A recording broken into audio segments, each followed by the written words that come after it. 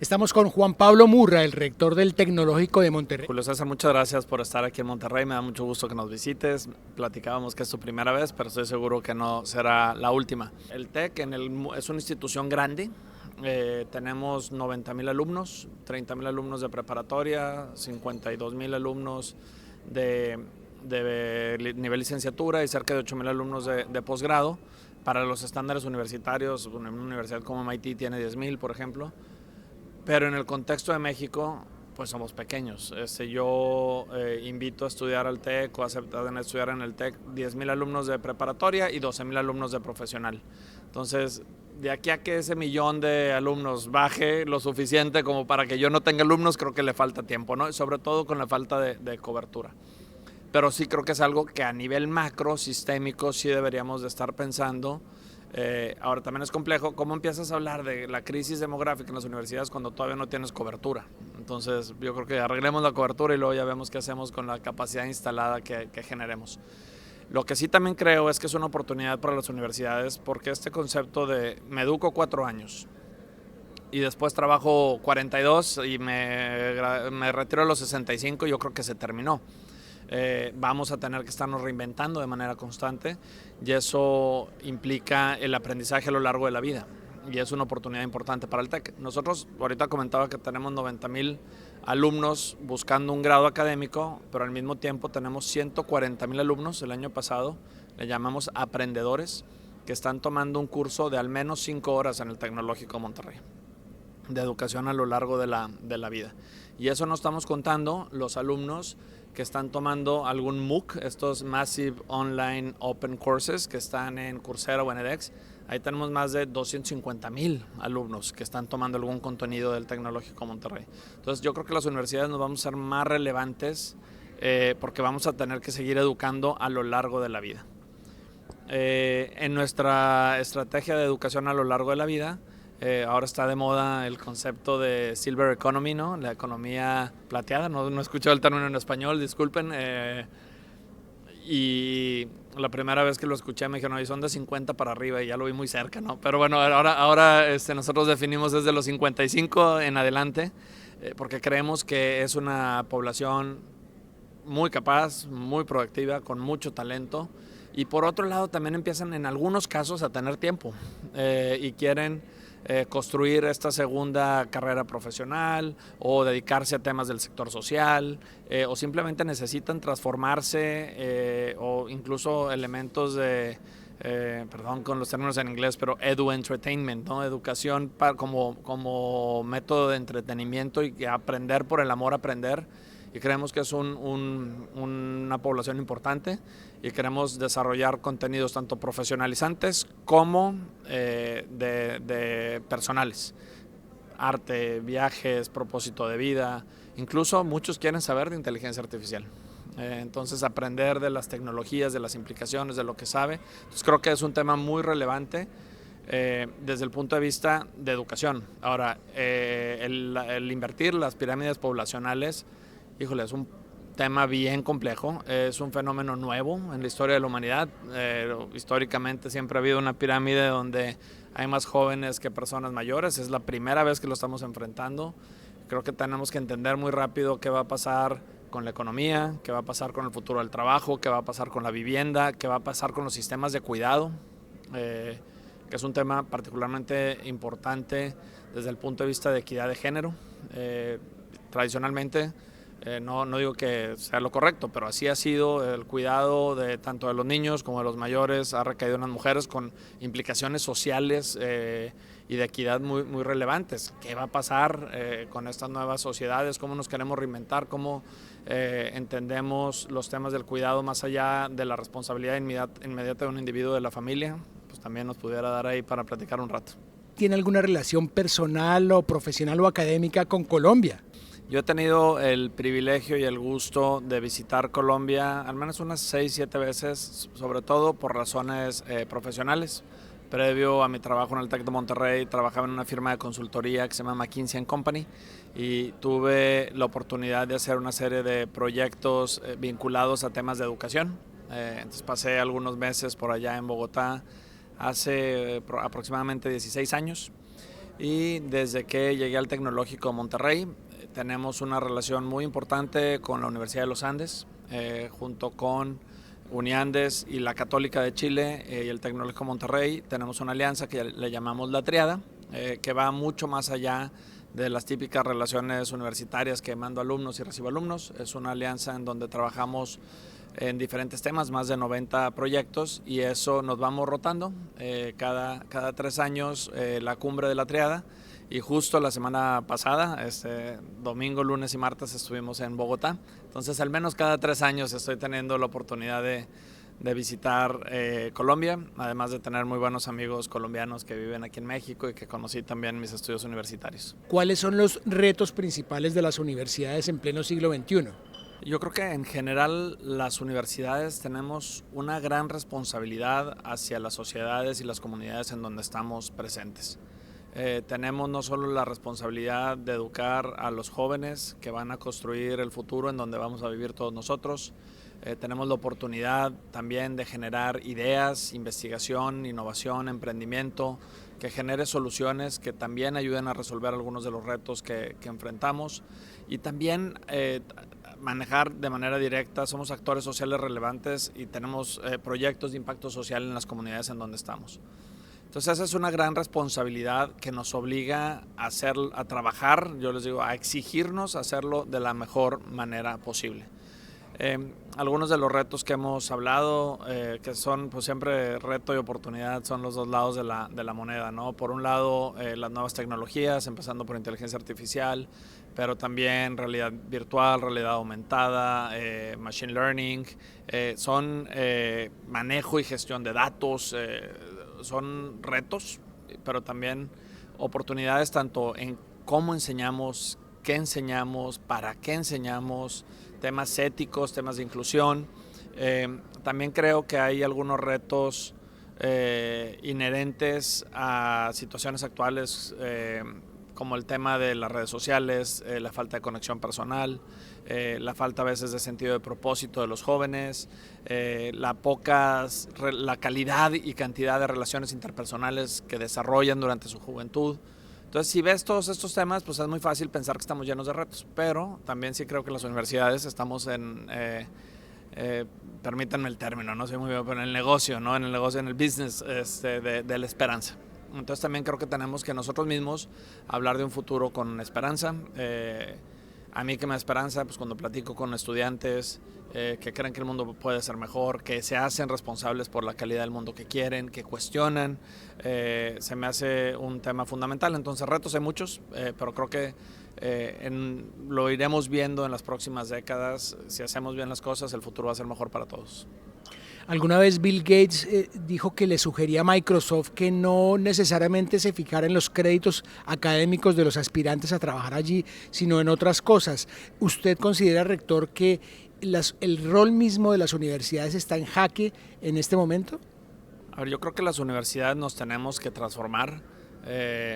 Contar con un título universitario, pues al final es un papel que dice que pasaste por una universidad y que desarrollaste ciertos conocimientos y competencias, pero si esos conocimientos y competencias no son relevantes, no son de calidad, no son pertinentes, pues no va a tener un valor, particularmente para el mercado, ¿no? También la educación creo que no solo te da competencias para la empleabilidad, también te debe dar una capacidad personal y una mirada del mundo que es muy relevante, pero en particular en la parte de la educación, con dar herramientas para la empleabilidad, sí se vuelve muy relevante que las universidades constantemente estemos en diálogo y en conexión con el mercado, con las empresas, con los gobiernos, con las organizaciones de sociedad civil, para entender qué se necesita y que la educación de nuevo sea pertinente y de calidad. En el TEC también hemos ido migrando nuestro modelo educativo para que se enfoque no solo en el desarrollo de conocimientos, sino de competencias. Entonces no es qué sabes, sino lo que puedes hacer con lo que sabes. Hasta el momento, un título universitario ha sido, y creo que sigue siendo, la mejor aproximación que tienen las empresas para identificar que alguien tiene ciertas competencias. Ahora, si el día de mañana logramos mecanismos de evaluación de competencias que no requieras de un título universitario, yo creo que las empresas lo van a empezar a incorporar. Lo han declarado muchas, pero si vemos hoy en día y ves datos, los Microsoft y Google de este mundo siguen contratando en un 90 y tantos % o más personas que pasaron por la universidad, porque ese título no es el título, es que refleja que con cierto grado de certidumbre se desarrollaron esas competencias, ¿no? Pero si logramos un mecanismo de evaluación, sin duda nos vamos a transformar y nos transformaremos las universidades, o nos estamos transformando las universidades también. En Colombia tuvimos como referente al Tecnológico de Monterrey como un inspirador al momento de que Colombia saltó a Internet. Quisiera preguntárselo en dos etapas. La primera, ¿cuál fue la primera vez que usted se conectó a Internet? Y la segunda, ¿cuál fue el rol, el papel del Tecnológico de Monterrey en la llegada de Internet a México y por ende a América Latina? Pues muy buena pregunta. La primera conexión a Internet en América Latina fue en el Tecnológico Monterrey. Una conexión con la Universidad de Texas en Austin. Y fue como llegó esta primera conexión a esta red inicial que con el tiempo se desarrolló y fue Internet. Esto debe haber sido por ahí de finales de los 80s, 86 me parece, no quiero equivocarme. Mi primera conciencia de haberme conectado a Internet a lo mejor fue un poco antes, pero mi último año de preparatoria yo lo estudié en una preparatoria en Estados Unidos, Lawrence Academy en Groton, Massachusetts, y me acuerdo que en la biblioteca había una computadora conectada a Internet. Y yo tenía unos amigos que ya habían entrado al Tecnológico Monterrey, y porque ahí fue una mezcla interesante ese año porque recibía cartas, pero recibía emails también. La mayoría fueron cartas todavía, pero este amigo dijo, yo acabo de entrar a estudiar al TEC de Monterrey, tengo una cuenta de correo electrónico, ¿por qué no sacas una cuenta? Era @usa.net, no me acuerdo por qué era esa, pero todavía Hotmail ni existía. Y era de los pocos de la preparatoria que iba a esa computadora ahí en la biblioteca a mandar correos a mis amigos. Esa fue mis primeras conexiones a Internet y pues era muy práctico porque estaba yo en Estados Unidos y ellos seguían en México, entonces el correo electrónico fue mi primera conexión. Esta mañana Guillermo Arriaga, aquí en la Feria del Libro, dijo que si de él dependiera, desconectaba del todo la inteligencia artificial y la prohibía y no permitía que nadie la utilizara. Obviamente para un rector de una universidad es un poco radical esa posición, pero quisiera saber cuál es la posición del TEC comparado con esta posición de Guillermo Arriaga y cuál es su posición frente a la inteligencia artificial.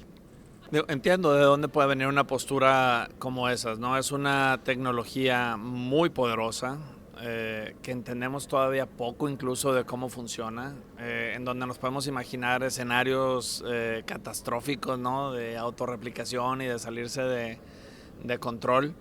Pero por otro lado, también vemos cómo a través del uso de la inteligencia artificial se han descubierto medicinas, se han resuelto problemas.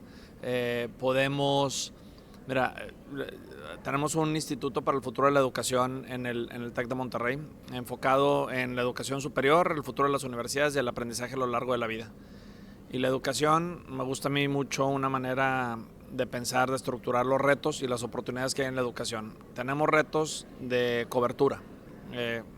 Decíamos hace rato en el panel en donde estábamos, en México se gradúa más o menos 1 millón de jóvenes de preparatoria y entran a la universidad menos de la mitad. Entonces, de entrada, 500,000 ni siquiera empiezan. Segundo reto, equidad. Los que entran normalmente son los que tienen más recursos económicos y o también entraban antes más hombres que mujeres, pero también personas de comunidades indígenas entran menos, niveles socioeconómicos, como decía. Entonces, y luego tenemos un reto de calidad. Los que entran a veces ni se gradúan porque no encuentran valor en lo que están estudiando, de hecho un porcentaje muy importante no se gradúa. Y algunos de los que se gradúan no reciben educación de calidad, entonces tampoco les sirve mucho haberse graduado de la universidad y son las típicas historias de que fulanito estudió y luego terminó trabajando de chofer o trabajó en no porque sea no digno trabajar de chofer, pero no necesitabas haber ido a la universidad para ese trabajo, ¿no? El tema de pertinencia también, lo que comentábamos antes, aprendes algo que no es relevante para el mercado o es difícil conectarlo con una actividad profesional. Y tenemos un reto también de eficacia o eficiencia, ¿no? Existe educación de calidad, existe educación pertinente, pero es cara. Entonces, ¿cómo le hacemos? Porque son retos, lo puntualicé en México, pero están presentes en todo el mundo.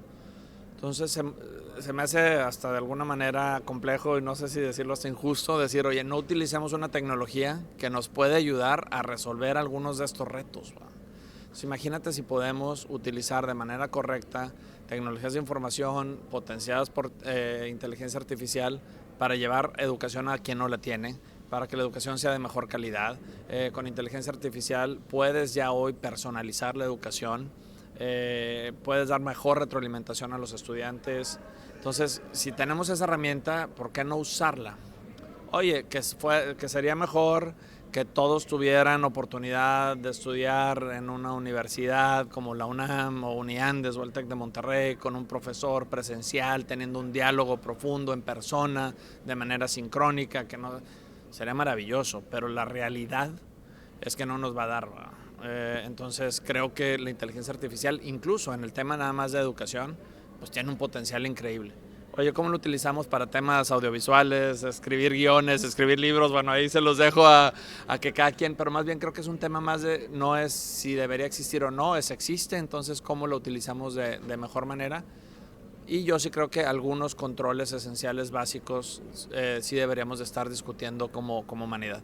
Porque honestamente la tecnología, de nuevo, va más rápido de lo que a veces nuestros reguladores o nosotros mismos podemos como universidades reflexionar.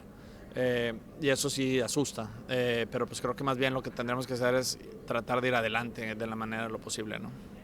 Dos preguntas finales, rector. La primera es que el TEC de Monterrey es el anfitrión de la Feria del Libro. ¿Qué representa ser anfitrión de esta feria tan importante para la universidad? Es una feria que empezó hace poco más de 33 años, van 33 ediciones porque durante la pandemia suspendimos un par de ediciones. Y empezó, nuestro fundador, don Eugenio Garzazada, tenía una frase que me gusta mucho, dice que todo gran proyecto debe empezar de una manera muy sencilla. Y esto empezó de una manera muy sencilla. Estudiantes y alumnos vendiendo libros en un estacionamiento en el campus Monterrey. Y ni pidieron permiso, lo hicieron y qué bueno, ¿no? Y ha ido evolucionando de manera importante. Hace 4 o 5 años que llegué yo a la rectoría de profesional y posgrado, me presentan el proyecto de la feria, y era una feria que se nos había ido haciendo un poquito más chica, más acotada, y caes en estos espirales negativos de entonces me cuesta dinero, entonces la hago más chica, entonces como le hice más chica me cuesta más dinero, ¿no? Y dijimos, creemos en la lectura, creemos en los libros, creemos en convocar a la comunidad, creemos en la responsabilidad que tiene el TEC más allá de su comunidad del TEC, porque pues, pudimos haber hecho algo más pequeño ya. Y dijimos, vamos a aprender qué hace que una feria de libro funcione y sea importante. En ese momento invitamos a Consuelo Sáizar, que fue secretaria de Cultura de México. Y le dije, a ver, Consuelo, cómo funciona el mundo de los libros. Aprendimos con ella, lanzamos una primera feria, creo yo, muy potente. En ese momento no nos atrevimos a invitar a un país, pero invitamos al estado de aquí al lado, a Coahuila, que trajera su oferta cultural y editorial. Funcionó, emocionó a mucha gente, sobre todo creo que eso fue lo positivo. Contagió este espíritu de la importancia de la lectura y la cultura en otras universidades. Entonces al siguiente año la Universidad Autónoma de Nuevo León cumplió 90 años y fue el invitado de honor.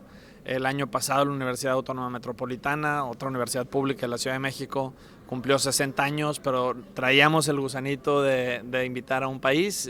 Nos animamos, invitamos a Colombia, muy agradecidos con el gobierno de Colombia, con sus artistas, sus autoras, sus autores, su cumbia, sus coros, y la verdad superó todas nuestras expectativas. Creemos que Va a fortalecer muchísimo los lazos entre Colombia y México, entre Colombia y Monterrey, que vienen pues, lazos históricos, musicales ahí muy importantes, y va a seguir inspirando. A mí lo que más me gusta es cuando caminas por los pasillos y ves jóvenes y niños con sus bolsas, con libros, cada vez más libros de Colombia, y ahorita me preguntabas por una relación personal con Colombia.